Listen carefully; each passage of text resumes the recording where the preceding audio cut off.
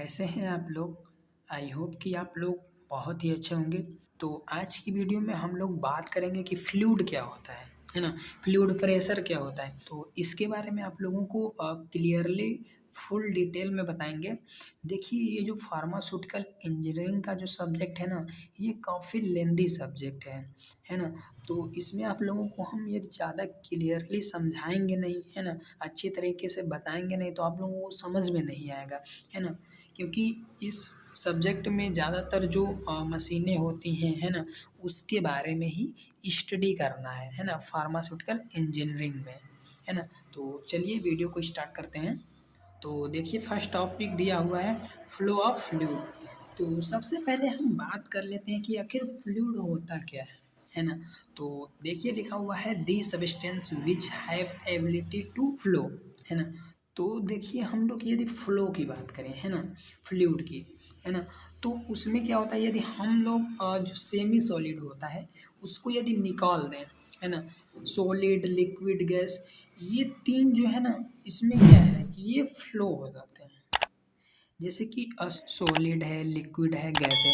तो इसमें क्या होता है ना कि जैसे कि हम सॉलिड की बात करें, तो सॉलिड जो होता है वो मूवमेंट तो करता है, यानी कि वो फ्लो तो होता है ना? लेकिन उसमें क्या है, शेप में कोई चेंजेस नहीं होता है ना? जैसे कि हम पत्थर को लें, है ना? उसको यदि फेंकें तो वो फ्लो तो होगा, लेकिन उसके शेप में कोई चेंजेस नहीं होगा, है ना? लेकिन यदि यहीं पर हम लिक्विड लें, तो उसमें मूवमेंट तो होगा ही, लेकिन उसके शेप में भी तो डिफ़ॉर्मेशन होगा, यानी कि उसका जो साइज़ है वो चेंज हो जाएगा। तो यहाँ पे समझिए जैसे कि हम लोग एक थाली ले लें, है ना? थाली ले लिया, अब इसमें क्या करें वाटर को हम वाटर को डालें, तो इसका शेप क्या है? सर्किल है ना? तो इसमें जो वाटर होगा वो फैल जाएगा, है ना? फ्लो होकर फैल जाएगा, तो इसका शेप कैसा हो गया? सर्किल हो गया। तो इसके शेप में भी चेंजेस आ गया, है ना? यदि यहीं पर हम ग्लास लें, है ना? उसमें यदि हम लोग डालें, तो देखिए फ्लो होकर गिरा वाटर, है ना? लेकिन उसका शेप किसमें हो गया? ग्लास में हो गया। यदि यहीं पर हम ज़मीन पर यदि वाटर को डालें, तो ऐसे-ऐसे फ्लो होगा ना, उसका कुछ तो शेप बनेगा, ऐसे-ऐसे करके कुछ शेप बन जाएगा, है ना? तो उसके शेप में भी चेंजेस आता है। एंड गैस में क्या होता है? सेम प्रोसेस इसमें भी होता है। जैसे कि आप लोग यहाँ पे समझिए, ये बैलून है ना? इसमें हम लोगों ने एयर भरा, है ना? गैस भर दी, तो इसमें जो हमने गैस भरी, है ना? इसमें फ्लो होकर भर गया। अब इसका शेप कैसा हो गया? गुब्बारे जैसा हो गया, है ना? जैसा इसका शेप था उस फॉर्म में हो गया ना, तो इसके शेप में भी क्या आता है? चेंजेस आ जाता है ना? किसमें? गैस में। So liquid and gas are fluid. तो इसलिए हम जो लिक्विड यानी कि वाटर वगैरह मतलब लिक्विड फॉर्म में जो भी होता है, उसे हम लोग क्या कहते हैं? फ्लूइड कहते हैं। गैस को भी फ्लूइड कहते हैं, है ना? लेकिन जो सॉलिड होता है उसको हम फ्लूइड में काउंट नहीं कर सकते। हाँ, ये कह सकते हैं कि वो फ्लो होता है, लेकिन वो फ्लूइड नहीं होता है एक्चुअल में, है ना? तो चलिए सबसे पहले बात कर लेते हैं कि फ्लूइड प्रेशर क्या होता है ना?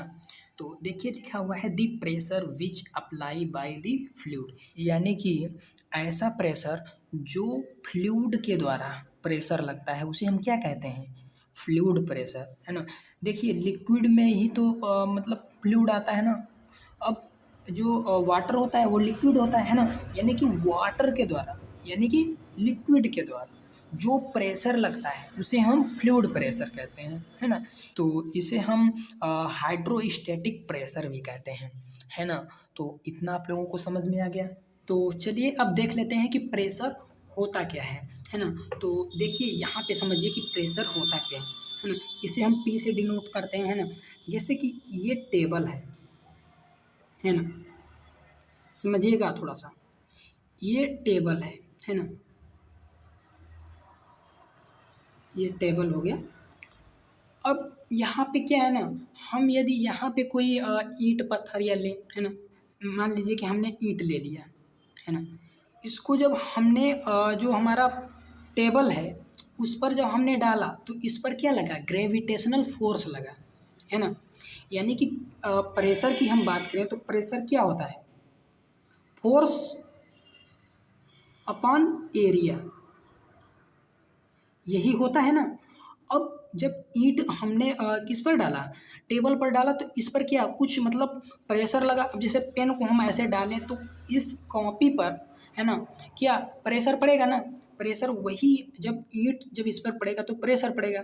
अब अपान में एरिया है, अब ये कितने दूर में है ना, इतनी दूर में हमारा, अब जैसे पेन हम रखे तो ये इतना एरिया कवर कर रहा था ना, वैसे ही ईंट जो है वो भी एरिया कवर करेगा। तो वही एरिया, वही इसको हम एरिया दिखाते हैं, है ना। तो प्रेशर क्या होता है, फोर्स अपान एरिया, यानी कि P is equal F upon area, है ना। तो सिंपल सा है ना। अब F क्या होता है, F होता है मास इनटू ग्रेविटेशनल अपान एरिया। अब मास क्या होता है, ग्रेविटेशनल क्या होता है, देखिए अब थोड़ा सा ध्यान से समझिएगा। जैसे कि ये टेबल है ना। अब हमने क्या ले लिया, ये कैप ले लिया, है ना। तो जब हमने इस पर डाला ये टेबल पे, तो ये क्या कर रहा है, ये इतना एरिया कवर कर रहा है ना। तो जैसे कि हम ऐसे डालें तो ये इतना एरिया कवर कर रहा है, जैसे कि यहाँ पर हम डालें तो इतना एरिया कवर कर रहा है ना। तो इतने दूर में फोर्स भी लग रहा है ना, यानी ग्रेविटेशनल भी लग रहा है, और इसी का मास भी है ना। यानी कि मास इनटू ग्रेविटेशनल, इसी को हम क्या कहते हैं, फोर्स, है ना। तो वही है, जितने दूर में हमारा मास और ग्रेविटेशनल लग रहा है उसे हम फोर्स कहते हैं, है ना। अपान में क्या रहेगा, एरिया। तो इतना आप लोग समझ गए। तो अभी तो हम आप लोगों को एग्जाम्पल दे रहे थे, है ना, लेकिन अब समझेंगे कि हम फ्लूइड को कैसे रखेंगे, है ना। तो देखिए हम इसमें मेनली फ्लूइड को ही पढ़ रहे हैं, है ना। तो इसमें हम फ्लूइड को कैसे लेंगे, जैसे कि ये टेबल है हमारा, है ना। तो इसमें हम क्या लेंगे, एक सिलेंड्रिकल क्या लेंगे, कंटेनर लेंगे, है ना। तो देखिए इसमें फ्लूइड भरा हुआ है ना। तो इस टेबल पे देखिए नीचे तो आप लोगों को दिखाई नहीं देगा, है ना, इसलिए हम आप लोगों को दिखाए हैं नीचे का पोर्शन। देखिए ये ऐसे होगा, जब हम जब कंटेनर रखेंगे, है ना, मतलब सिलेंड्रिकल जब कंटेनर रखेंगे तो कुछ ऐसा एरिया होगा। तो ये तो कहलाएगा एरिया, जो कि अपान में रहता है ना। एंड जो इसका जो मास एंड जो ग्रेविटेशनल लग रहा है, यानी कि फोर्स, उसे हम m इंटू जी से दिखाते हैं, है ना। यानी कि मास इंटू ग्रेविटेशनल, है ना। तो इस पर क्या लग रहा हुआ है, mass into gravitational upon area. तो इतना आप लोग समझ गए, यानी कि मास इंटू ग्रेविटेशनल जो कि इस पर लग रहा है ना, अपॉन एरिया हो गया, कितने दूर में लग रहा है ना।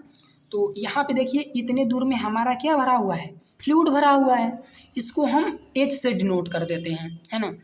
अब हम इस मास को कैसे निकालेंगे कि हमारा ये मास कितना है ना। तो इसको कैसे निकालेंगे, तो देखिए हम जब इसका वॉल्यूम, देखिए ये इतना है फ्लूइड भरा हुआ है, यानी कि वॉल्यूम है ये, है ना। जितना इसमें फ्लूइड भरा हुआ है वो क्या है, वॉल्यूम है। तो इसे हम H से डिनोट कर देते हैं, है ना। यदि हमें वॉल्यूम पता हो जाए तो हम मास निकाल सकते हैं, है ना।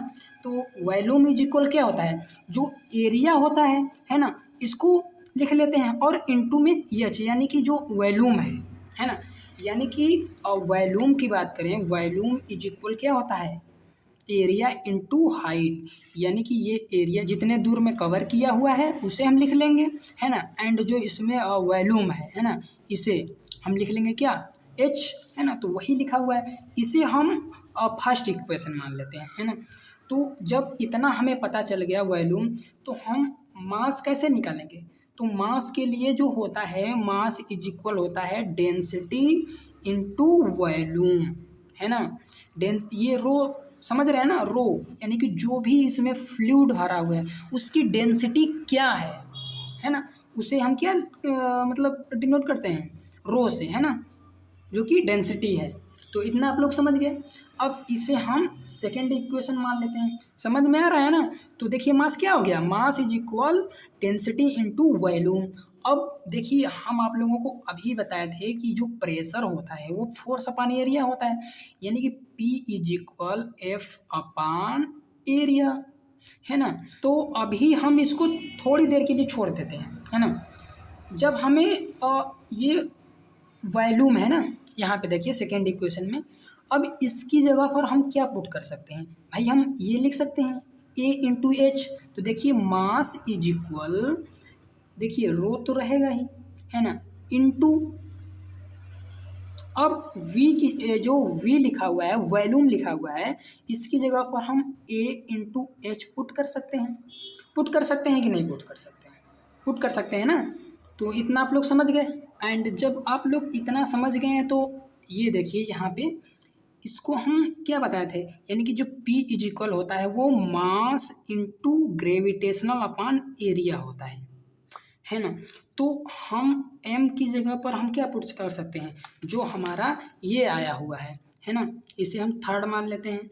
जो m is equal rho into A into H आया है, इसको हम किसकी जगह पुट कर देंगे, m की जगह पुट कर देंगे, है ना। तो p इज इक्वल क्या आ जाएगा, रो into A into H into ji upon area. तो देखिए ए से ए कट जाएगा है ना, तो P इज इक्वल हमारा क्या आ जाएगा, रो एच इंटू जी, यानी कि P is equal rho H G, है ना। सिंपल सा है। तो हम लोगों ने जो प्रेशर निकाला है वो केवल इतने का निकला हुआ है, जो फ्लूइड भरा हुआ है केवल उतने का ही निकला हुआ है ना। लेकिन हम यदि टोटल की बात करें, जैसे कि देखिए, अब देखिए ये इन्वायरमेंट में भी रखा हुआ है, तो जो इन्वायरमेंट में जो एयर होगी वो भी तो भाई इसमें लग रही होगी, है ना। तो उसको निकालने के लिए हम क्या करेंगे, यानी कि टोटल प्रेशर निकालने के लिए हम क्या करेंगे, कौन सा फार्मूला अप्लाई करेंगे। देखिए जो सिंपल प्रेशर होता है उसको लिख लेते हैं प्लस एटमॉस्फेरिक प्रेशर होता है ना। ये हमारा टोटल प्रेशर का फार्मूला है ना।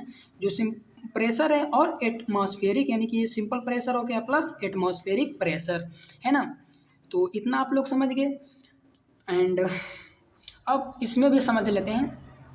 देखिए ये फोर्स आप लोगों को पहले ही बता चुके हैं कि फोर्स का ये फार्मूला होता है फोर्स अपॉन एरिया, है ना, F अपॉन ए, है ना। इसे हम मास इंटू ग्रेविटेशनल में भी लिख लेते हैं ना, अपॉन एरिया। वॉल्यूम क्या है, A इंटू एच, इसको हम फर्स्ट इक्वेशन मान लेते हैं, है ना। अब M यानी कि मास कितना होता है, जो हमारा डेंसिटी है, एंड वॉल्यूम को लिख लेते हैं, है ना। अब देखिए ये, अब हम V की जगह यानी कि वॉल्यूम की जगह पर हम A इंटू एच पुट कर देते हैं। तो देखिए ये तो वही लिखा हुआ है, ये भी वही लिखा हुआ है, इसकी जगह पर हम केवल ये वाला उठा के यहाँ पे रख दिया है, बस सिंपल, है ना। अब देखिए हम जब प्रेशर निकालेंगे तो प्रेशर देखिए लिख लिया है ना, वही जो फार्मूला था P is equal M into G upon area, है ना, वही लिखा हुआ है। तो देखिए ये रो हो गया, है ना, ये तो वैसे ही लिख लिया, एच भी वैसे लिख लिया, है ना। एंड जो जी था हमारा एम के साथ जो ग्रेविटेशनल था उसको लिख लिए, है ना, अपॉन एरिया था उसको लिख लिए। अब ए से ये कट जाएगा, है ना, तो P is equal rho H g आ जाएगा, या हम लिख लें P is equal rho H G.